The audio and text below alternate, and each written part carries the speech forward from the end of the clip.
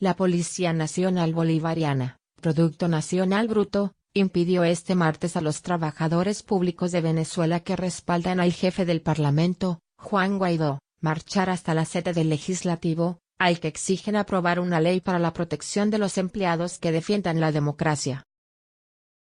La marcha iba a recorrer una avenida del centro oeste de Caracas hasta llegar a la sede del Parlamento, pero los trabajadores no pudieron ni siquiera concentrarse en el punto de partida de la movilización, la Plaza Morelos, debido a que fue acordonada por la policía.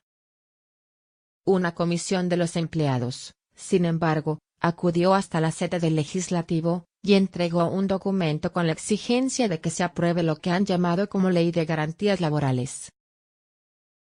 Esta norma es una protección para todos los trabajadores que en un momento dado salgan a defender la democracia, salgan a defender la institucionalidad, dijo a periodistas el secretario general de la Confederación Venezolana de Trabajadores, CTV, José Elías Torres.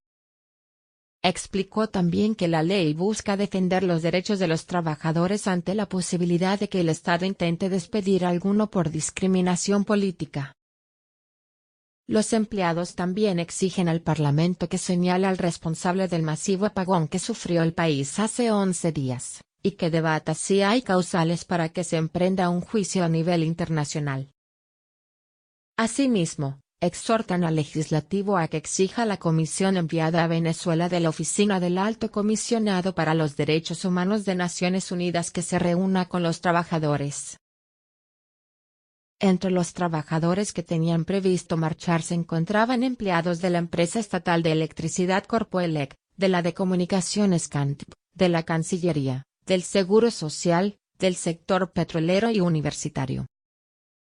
El lunes, varias organizaciones sindicales, entre ellas la CTV, convocaron a esta movilización y a una protesta contra la crisis tras sostener un encuentro con Guaidó, que se declaró presidente interino del país en enero pasado, y es reconocido como tal por unos 50 gobiernos. Los sindicalistas manifestaron su respaldo a Guaidó en la puja que mantiene con el mandatario Nicolás Maduro por el poder.